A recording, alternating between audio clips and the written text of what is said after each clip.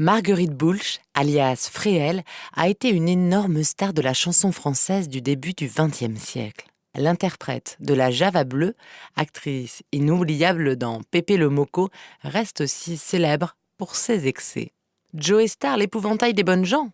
Eh bien, à côté de Fréhel, c'est une sorte de Jacques Chazot poudré, un minet du 16e arrondissement, estime Bertrand Dical dans son ouvrage « La chanson française pour les nuls ».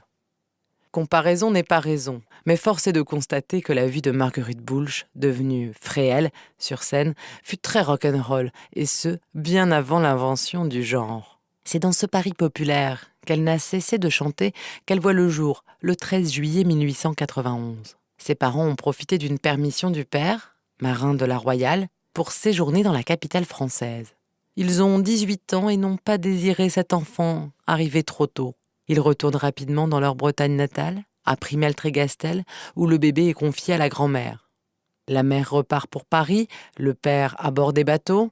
5 ans plus tard, il met définitivement pied à terre et vient chercher sa fille.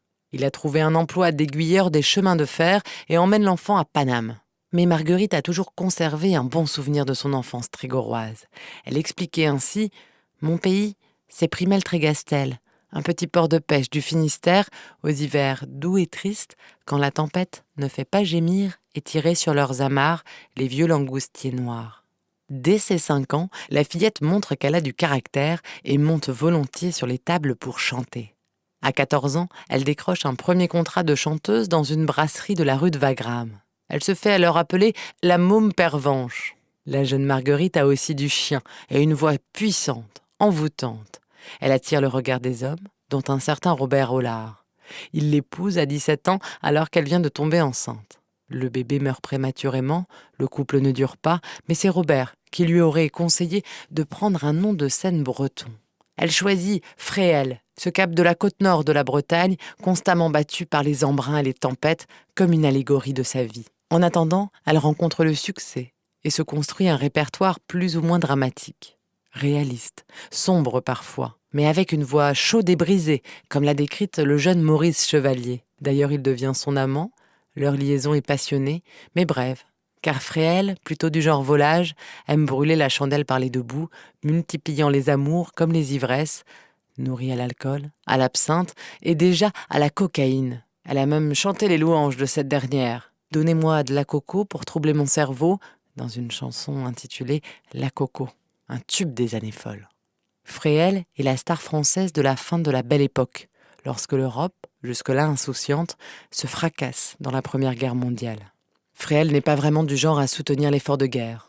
En 1913, elle est partie en Russie, à l'invitation de la grande-duchesse Anastasia, une groupie. Elle passe aussi plusieurs mois en Roumanie, auprès d'un jeune officier dont elle est tombée follement amoureuse. Mais il meurt à la guerre, il aura été l'un de ses grands amours et elle ne s'en remet pas. On la retrouve à Istanbul, où elle sombre.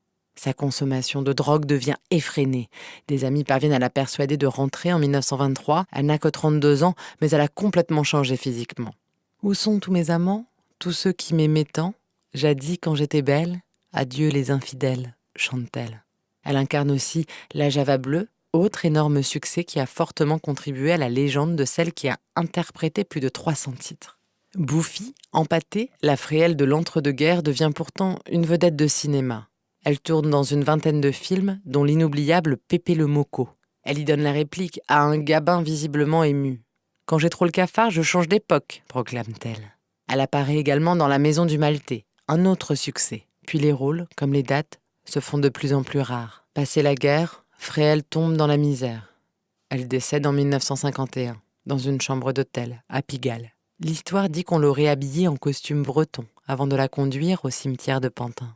Il n'y a pas foule, 2 guerres se sont écoulées et elle est déjà un petit peu oubliée. Pourtant, Fréhel est toujours considérée comme l'une des grandes chanteuses réalistes du XXe siècle et demeure l'une des artistes bretonnes les plus connues de son époque. En témoignent ses riches discographies et filmographies. Elle reste aussi sans doute la plus rock'n'roll.